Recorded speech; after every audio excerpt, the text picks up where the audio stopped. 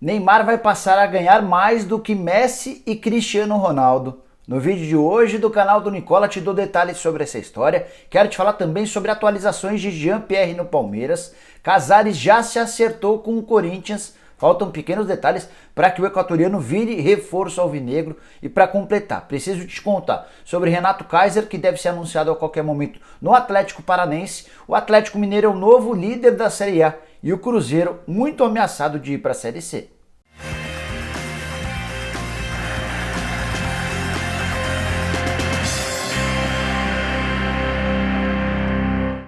Fala aí pessoal, sou o Jorge Nicola, bem-vindos a mais um vídeo do canal. E antes de passar as informações que eu te prometi agora há pouco, queria pedir para assistir ao vídeo até o fim. Se curtir, não esqueça de dar like, de se inscrever no canal. Para se inscrever é super fácil, só apertar esse botãozinho vermelho de inscreva-se. A partir daí, aproveita e aperta também o sininho para receber notificações de todo vídeo novo ou live que eu fizer. Por falar em live, nesse domingo, a partir das 7h30 da noite tem live exclusiva para membros, a partir das 8 a live aberta para todo mundo. Se você quiser virar membro do canal, vou deixar na descrição desse vídeo um link, você clica lá, escolhe qualquer um dos planos, vários deles permitem que você participe de todas as lives exclusivas daqui, beleza? Bom, quero começar o vídeo te atualizando sobre Jean-Pierre no Palmeiras, informação que eu contei com exclusividade, primeiro no meu blog no Yahoo e ontem, nesse sábado, aqui no canal do Nicola.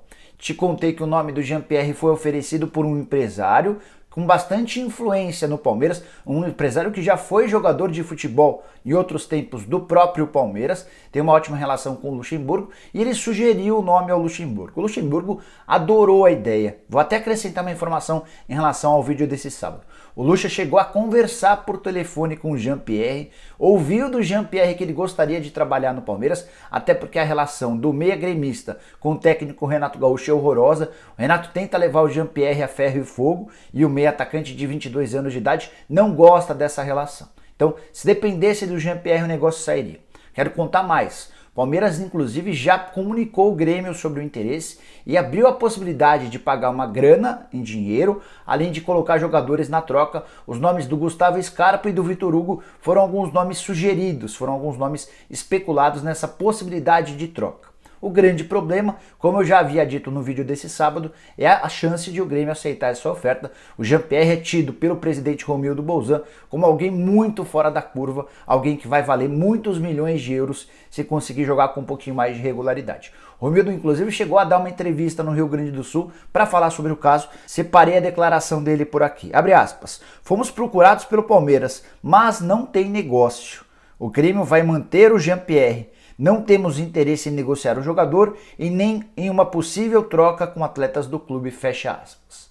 É uma posição firme do presidente Romildo Bolzan, então a menos que o presidente Maurício Gagliotti entre no circuito, presidente do Palmeiras, e convença o Romildo Bolzan de que pode ser legal para o Grêmio negociar o Jean-Pierre, desde que tenha muito dinheiro envolvido e bons jogadores nessa negociação, o Jean-Pierre fica no Grêmio.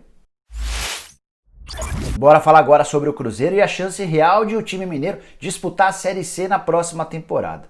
Durante muito tempo essa possibilidade foi debatida a partir dos processos e das dívidas que o Cruzeiro tem lá na FIFA. Mas agora a chance de ele jogar a Série C é pelo péssimo desempenho dentro de campo.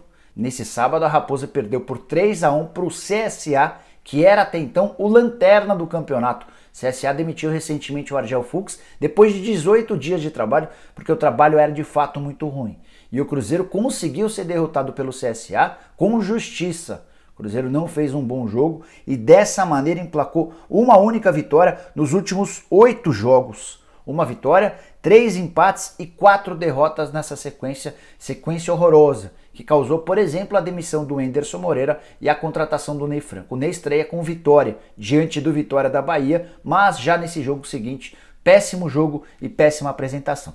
Com mais esse tropeço, o Cruzeiro já caiu 2 posições somente nessa rodada e ocupa nesse momento o 15º lugar. Tem 8 pontos conquistados, os mesmos 8 pontos do Guarani, que é o primeiro time no Z4. E aí tem outro ponto importante e problemático para o Cruzeiro. O CSA, que tem 7 pontos, ou seja, 1 ponto a menos do que o Cruzeiro, ainda tem uma partida por fazer, tem uma partida a menos do que o Cruzeiro. E caso vença, o CSA ultrapassa o Cruzeiro. Situação muito, mas muito ruim, time que tem se ajudado muito pouco dentro de campo, uma série de cobranças do torcedor, falta de confiança em relação aos jogadores mais veteranos e a Série C, infelizmente para o torcedor do Cruzeiro, passou a virar realidade. A chance de acesso, a chance de promoção para a primeira divisão vai ficando cada vez mais complicada. Hoje o quarto lugar da Série B é ocupado pela Chapecoense, que tem 17 pontos ganhos. Se o Cruzeiro tem 8, como eu te disse agora há pouco, são 9 pontos de desvantagem em relação ao quarto colocado. Se a gente for falar em relação ao primeiro, que é o Cuiabá já tem 21 pontos ganhos. Chance de o Cruzeiro brigar pelo título é praticamente zero. O sonho da Série A em 2021 vai ficando cada vez mais distante. E o viés nesse momento é o viés de Série C. Outro que tropeçou na rodada agora na Série A foi o Internacional, derrota por 1-0 pro Fortaleza, jogo disputado no Castelão. O gol da vitória do time do Rogério foi de Felipe. Importante contar que o Internacional começou a partida com 5 reservas, o Eduardo Cudê resolveu dar uma poupada no time, até porque quarta-feira tem Grenal, jogo contra o Grêmio no Beira-Rio, válido pela Libertadores da América. O grande problema é a sequência de resultados ruins do Internacional no Campeonato Brasileiro. O Inter, nos últimos 5 jogos, ganhou apenas um. Tô pegando aqui a sequência. Ele venceu o Ceará por 2-0, empatou com Palmeiras e Bahia, tomando gols no fim, e acabou perdendo para Goiás e Fortaleza.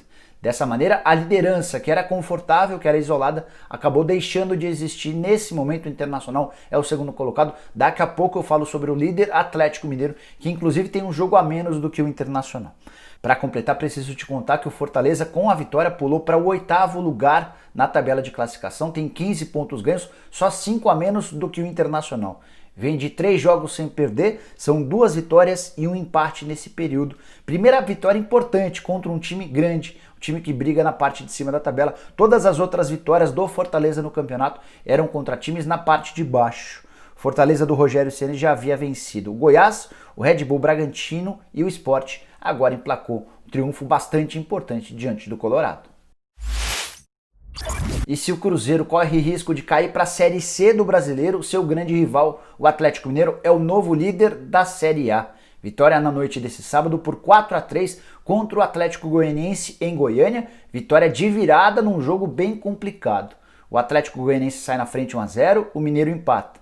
O Atlético Goianiense faz 2-1 e aí o Keno resolve entrar em ação e marca 3 gols, fazendo com que o Galo abrisse 4-2 no placar. No finalzinho o Atlético Goianiense ainda diminuiu, mas o 4-3 assegurou o 4º triunfo nos últimos 5 jogos para o time de Jorge Sampaoli, que agora é o primeiro colocado da Série A com 21 pontos ganhos, 1 ponto a mais do que o Internacional. Com o detalhe de que o Atlético ainda tem um jogo a menos do que o Colorado.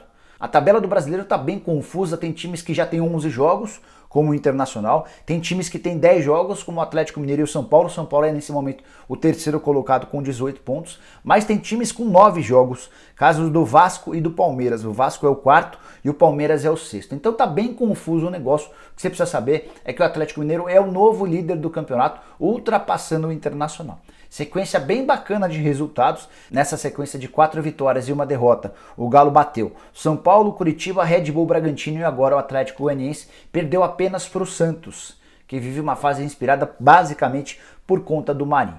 Para completar, preciso te falar que com o Atlético não disputa outras competições, só volta a campo no próximo sábado, quando enfrenta o Grêmio em crise pela falta de resultados. Já o Atlético Goianiense perdeu uma invencibilidade, uma sequência de 4 jogos sem derrota e deve perder nesse domingo o Renato Kaiser, que era o artilheiro do time. São 16 jogos e 10 gols na temporada, jogador que pertence ao Cruzeiro. O Cruzeiro está vendendo 90% dos direitos econômicos para o Atlético Paranaense por 5 milhões de reais. Esse pagamento vai ser feito ao longo de um ano.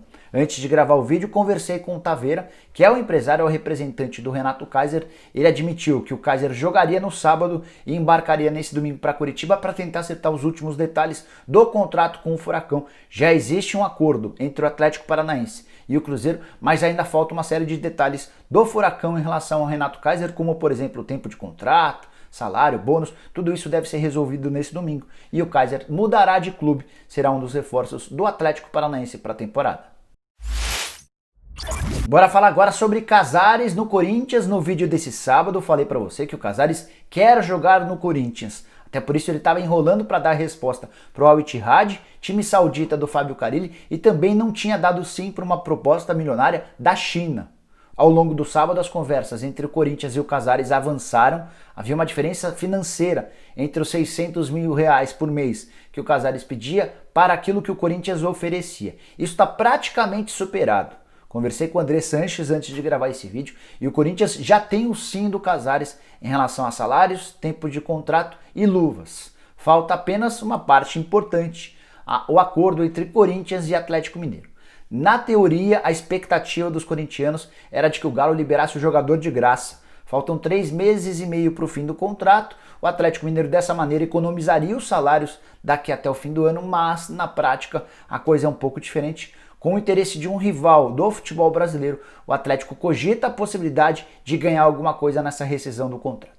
Pode ser dinheiro, pode ser um percentual de uma venda futura, mas, porém, contudo e todavia, o presidente André Sanches já me contou que não está disposto a pagar absolutamente nada. Deixar um percentual de uma venda futura eu até acho que rola.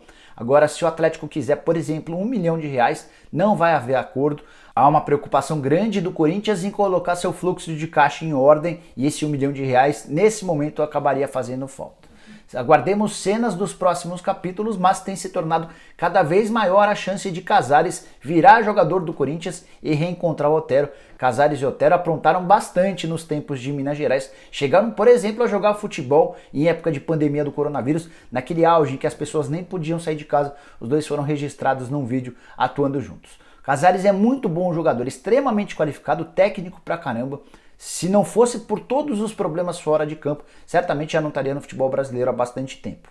O problema é esse, ele não para de causar fora de campo, já foi expulso de condomínio, já deu problema pro Atlético, chegou atrasado, perdeu horário de treino, enfim, para não contar uma série de outras coisas, acho um enorme jogador problema, aquela bomba relógio com hora para explodir. Mas o Corinthians resolveu fazer essa aposta, vamos ver se esse negócio fecha ainda nesse domingo. Vou te contando, vou te mantendo atualizado, beleza?